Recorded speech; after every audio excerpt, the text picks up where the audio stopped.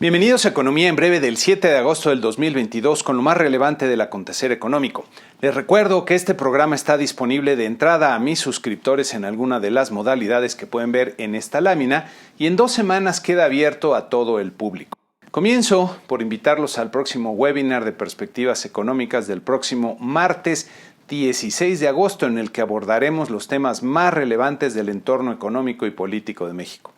Si eres suscriptor de Economía en Breve, en algunas de las modalidades está incluida tu participación y en otras hay descuentos especiales, así que échale un ojo, les voy a estar enviando un correo. Reserva tu lugar con un correo a nuestra nueva dirección economiaeb@gmail.com. Empezando con los temas de la semana, Banco de México presentó los resultados de la encuesta que realiza entre los analistas del sector privado y que pueden ver aquí en este cuadro resumen. El pronóstico de crecimiento del PIB es la variable más relevante para ver cómo marcha la economía, ya que nos indica cuánto va a crecer la cantidad de bienes y servicios que se producen en el país. Cuando el crecimiento del PIB es elevado, percibimos un entorno económico favorable con las empresas vendiendo y cobrando muy bien, realizando planes de inversión ambiciosos y contratando personal, mientras que los hogares pueden encontrar trabajo con relativa facilidad o formar nuevas empresas, lo que les da perspectivas favorables para sus planes de consumo. Pero al revés, cuando el crecimiento del PIB es bajo o incluso negativo, entonces el entorno es adverso y las empresas están batallando para vender y para cobrar y algunas para sobrevivir, por lo que están cancelando sus planes de inversión y recortando personal, mientras que los hogares perciben inseguridad en su trabajo o sus empresas y mantienen un consumo cauteloso. Ahora bien, ¿qué tanto es tantito y dónde podemos pintar la raya para saber si el crecimiento del PIB es elevado o es más bien bajo? Hay un concepto teórico que refiere el PIB potencial que corresponde a la producción que podría obtenerse si todos los recursos disponibles del país están bien utilizados dado el estado actual de la tecnología. La forma de estimar este PIB potencial utiliza información estadística del pasado para hacer inferencias y para todo fin práctico es un promedio histórico calculado de una forma sofisticada. Una aproximación a este crecimiento potencial es el que los analistas privados estiman para los siguientes 10 años que podemos ver en esta gráfica. Noten que hacia el 2014, cuando comenzaba a incluirse esta pregunta en la encuesta de Banjico, el promedio de analistas preveía un nivel cercano al 4% para el crecimiento de la economía mexicana, que correspondía más o menos a lo que había logrado crecerse en ausencia de fuertes perturbaciones o crisis importantes. La gráfica presenta un claro declive, reportando un 2% en la encuesta de julio que estamos comentando, lo que debería hacernos reflexionar sobre el curso que llevamos, ya que hay algo que no estamos haciendo bien como país. Pero regresando al cuadro, podemos ver que para este año y el que sigue, el pronóstico de crecimiento del PIB está por debajo de ese 2%, destacando una baja sensible en el pronóstico para el 2023. Para dimensionar esta pérdida respecto al 2% del PIB, el PIB crecería a 277 miles de millones de pesos menos, monto que alcanzaría para crear 1.6 millones de empleos formales con el salario medio de cotización que reportó el IMSS para julio. Bien, el presidente interpreta como críticas a su gobierno las señales de alarma que manda la sociedad mexicana, argumentando que forman parte de una campaña contra él, pero no se da cuenta o no quiere ver que son justamente señales de alarma para hacerle saber que el país no va bien. Es como si el capitán de un avión escucha las grabaciones del sistema que le advierten que se aproxima el terreno y que el avión está perdiendo velocidad y podría perder el control, pero se enoja porque lo interpreta como una crítica a su forma de volar y les grita de regreso que son traidores. Para complicar las cosas, sus copilotos, que tienen la responsabilidad de advertirle para que corrija el rumbo, como saben que no escucha o le tienen miedo, simplemente no lo corrigen, mientras todo el país pierde altura con la mayoría de los pasajeros que ni siquiera tienen una ventana para mirar, es decir, no están bien informados, sin darse cuenta, pensando que el capitán lucha valientemente contra las tormentas que les anuncia por su megáfono mañanero. Miren, en esta gráfica podemos ver el indicador global de la actividad económica y la tendencia que llevaba desde el 2010. Usualmente, una variable económica como esta se mueve por arriba o por debajo de su tendencia, pero lo que vemos en esta gráfica es que la tendencia ya cambió. Para verlo con más claridad, En esta otra gráfica pueden ver la diferencia entre el IGAE y la tendencia que llevaba. Y no es coincidencia que se inicia una clara tendencia descendente en la segunda mitad del 2018, cuando comenzaron las malas decisiones de política pública. Noten que la gráfica acaba justo antes de que comenzara la pandemia de COVID para dejar fuera este factor. Por eso los especialistas en economía hemos advertido una y otra vez que es necesario corregir el rumbo, y aquí en el programa yo he expresado varias veces que hace falta una vuelta en U en la política pública para mejorar el desempeño de la economía, pero resulta evidente que eso no es lo que quiere el presidente. Regresando al cuadro, la perspectiva de inflación se deteriora también de forma generalizada tanto para este año como para el que sigue, y también tanto para la inflación general como para la subyacente. El pronóstico para la tasa de interés de referencia monetaria aumenta a 9.61% para el 2022 y se revisa al alza para el 2023 de 9.02% en la encuesta de junio a 9.13%. Me llama la atención que el mercado sigue anticipando que el 2023 comenzará a reducirse la tasa de interés de Banxico, lo que tiene como condición previa que la inflación comience a reducirse con rapidez, y eso hoy por hoy se antoja difícil. Para el tipo de cambio se anticipa una depreciación bastante modesta para el cierre de este año y el que sigue, mientras que para la creación de empleos, de acuerdo con los asegurados en el IMSS, se registró una mejoría en la expectativa para este año y una ligera baja para el año siguiente. También en la semana, el IMSS dio a conocer el número de asegurados, que se incrementó en 10.7 miles de puestos en el mes de julio, lo que representa, diría yo, un mal resultado para un mes similar, como podemos ver en esta gráfica, muy por debajo de lo que sería un nivel relativamente promedio o normal. Si vemos la tasa de crecimiento anual de los asegurados en el IMSS, podemos observar que se viene desacelerando desde el mes de febrero y en julio queda ya por debajo del 4%, que era el nivel que mantenía durante el 2017 y la primera mitad del 2018.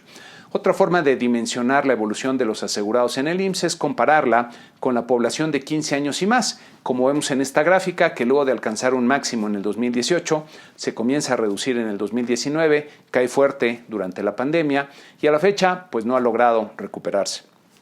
En otro tema, el dinero que mandan los trabajadores en el extranjero a sus familias en México continuó registrando cifras elevadas en junio, como vemos aquí, con 5.2 miles de millones de dólares en remesas durante ese mes. Nivel muy parecido al observado en mayo pasado, que fue, por cierto, un récord histórico. Cabe notar que el monto promedio de las remesas superó los $400 por primera vez en la historia, como vemos aquí, mientras que el número de remesas se redujo un poco a 12.6 millones de envíos. En contraste al buen resultado de las remesas, la inversión fija bruta se contrajo 1.2% real mensual durante mayo, con caídas importantes en sus dos componentes principales de 2.7% en construcción y de 1.0% en maquinaria y equipo. En esta gráfica puede verse que la inversión se ubica en niveles parecidos a los que tenía en el 2014, lo que resulta lamentable y preocupante porque es uno de los principales motores de la economía que, como vemos, está apagado. La inversión en construcción se ha desplomado y no consigue recuperarse, como vemos aquí, con vaivenes pronunciados en el último año, pero manteniéndose básicamente estancada. La inversión en maquinaria y equipo es la que se ha recuperado más rápidamente luego de la pandemia, pero la caída de 1% de mayo, aunque no representa todavía un cambio de tendencia, sí genera inquietud, sobre todo ahora que el presidente está jugando con fuego en el tema del Tratado de Libre Comercio con Estados Unidos y Canadá, generando incertidumbre innecesaria que seguramente afectará de forma negativa a la ya lastimada inversión. En esta siguiente gráfica podemos ver que en el nivel promedio de enero a mayo la inversión total se encuentra 3.1% por debajo del nivel que tenía hace un año y 16.3% por debajo del pico alcanzado en el mismo periodo del 2018. El consumo privado del mercado interior también presentó malos resultados en el mes de mayo al contraerse 0.4% real mensual, debido principalmente a una fuerte caída de 1.1% en el componente nacional de bienes, que contrastó con el crecimiento de 0.6% en el componente importado. A pesar de este retroceso, el consumo mantiene todavía una tendencia positiva, como vemos en esta gráfica, pero habrá que ver cómo se comporta en los próximos meses, ya que, como hemos comentado aquí en el canal, es posible que el repunte de este año se explique por factores transitorios de corta duración y la situación financiera de los hogares se ha deteriorado no solo por los impactos de la pandemia, sino ahora también por la carestía. El índice de confianza del consumidor presentó una fuerte caída de 3.9% en el mes de julio, como vemos aquí, comenzando a perfilarse ya una tendencia descendente que acumula una caída de 10.1% respecto al pico alcanzado en noviembre del año pasado. La percepción del país dentro de los próximos 12 meses fue de los componentes de la confianza al consumidor que más se ha deteriorado, como vemos en esta gráfica, bajando 4.4% en el mes de julio y 13.9% respecto al pico de noviembre. También la expectativa para el hogar en los siguientes 12 meses se deterioró de forma importante, 3.7% en el mes y 9% respecto al pico de noviembre. Lo que vemos en estas cifras es un deterioro en las expectativas que perciben los consumidores, seguramente reflejando la carestía producida por la elevada inflación y probablemente por el deteriorado entorno de negocios del país. Por otro lado, el indicador IMEF, que recordemos es un índice de difusión que resume las respuestas de cientos de empresas para ver si en el margen, es decir, respecto al último mes, la economía está mejorando o empeorando. Pues este indicador mostró un rebote en sus dos componentes durante el mes de julio, como vemos aquí en la gráfica, lo que se refiere como un buen inicio de trimestre, ya que al estar por arriba de los 50 puntos, ambos componentes están en terreno de expansión. Por otro lado, la industria automotriz presentó cifras, diría yo, con algunas señales de debilidad en el mes de julio. La producción de autos sumó 260,000 unidades, que si bien queda 10.5% por arriba del nivel de hace un año, está 13.9% por debajo del nivel de julio del 2020. Las exportaciones sumaron 210.2 miles de unidades, mostrando la misma tónica, un crecimiento de 4% respecto a un año atrás, pero una caída de 20.5% respecto a hace 2 años. Las ventas internas sumaron 83.1 miles de unidades, quedando 1.2% por arriba de julio del 2021, pero 21.6% por debajo de julio del 2019, 2 años atrás. Otro tema de la semana fue la publicación de los resultados del Comité de Fechado de Ciclos de la Economía de México, auspiciado por el IMEF, que pueden ver en esta tabla que ubica los picos y valles de los ciclos económicos que pueden identificarse de acuerdo con el enfoque clásico sobre la materia. Este trabajo servirá para hacer investigación y diría algunas consideraciones útiles para la toma de decisiones de política económica. Destacaría del cuadro la recesión del famoso error de diciembre de 1994, que tuvo la menor duración con solo 6 meses, aunque fue, por cierto, muy profunda, pero que registró un cambio fundamental en la política económica, aunque diría que no por iniciativa propia del gobierno en turno, sino porque básicamente se quedaron sin opciones y tuvieron que sentar las bases de una política consistente para establecer la estabilidad macroeconómica que hoy todavía disfrutamos. La lección que me parece habría que aprender es que hacer lo correcto con la política económica es lo que tiene los menores costos para la economía y las personas, sobre todo a lo largo del tiempo. Pasando a Estados Unidos, el reporte de empleo del mes de julio presentó una fuerte sorpresa, ya que la creación de empleos no agrícola del mes de julio fue de más del doble de lo previsto, con 527,000 empleos nuevos.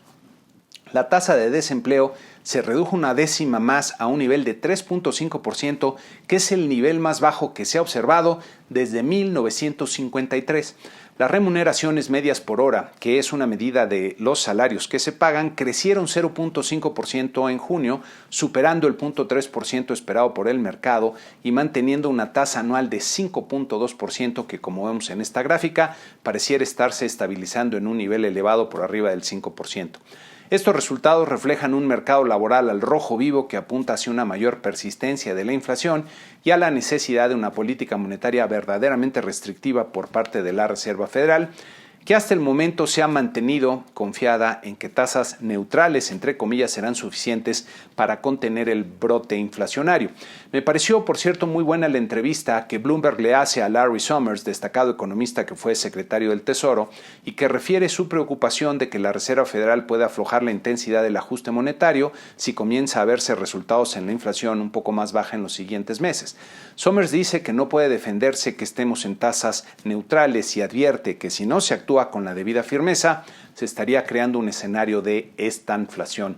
En el entorno global tenemos que mencionar la visita de Nancy Pelosi, vocera de la Cámara de Representantes de Estados Unidos, a Taiwán, lo que elevó las fricciones con el gobierno de China y las tensiones en la zona. Resulta lamentable que en lugar de estar buscando una mayor cooperación entre los países, se estén afianzando las posiciones geopolíticas en detrimento de las perspectivas económicas y de desarrollo del mundo. Los mercados accionarios mostraron movimientos más modestos en los que prevalecieron las ganancias, como vemos en nuestro cuadro usual, y con el promedio de 10 mercados subiendo 0.5% durante la semana, como vemos en esta gráfica. Nuestro mercado accionario presentó una pérdida de 3% en la semana para terminar en los 46.723 puntos. El peso mexicano registró vaivenes importantes, como vemos aquí, pero terminó la semana apenas por arriba del cierre de la semana previa en 20.40 pesos por dólar. Para la semana que inicia tendremos en México las cifras de inflación y ventas de la mitad del mes de julio, la producción industrial del mes de junio y la decisión de política monetaria de Banco de México, para la que se anticipa un nuevo aumento de 75 puntos base de forma casi unánime entre los analistas del mercado. Por cierto, en los medios he visto algunas notas que refieren la ausencia de la gobernadora, no solo en los medios y con la prensa, sino en el propio banco. Ahora, más que nunca, se requiere una presencia firme y tranquilizadora por parte de la cabeza de nuestro Banco Central, por lo que sería bueno que la gobernadora comenzara pronto a tomar el papel que le corresponde y llenar el vacío que está dejando. En Estados Unidos tendremos básicamente las cifras de inflación al consumidor y al productor del mes de julio. Para la sección Da Vinci les tengo una reflexión que es otra lección del profesor Milton Friedman, que decía que la inflación es como el alcoholismo.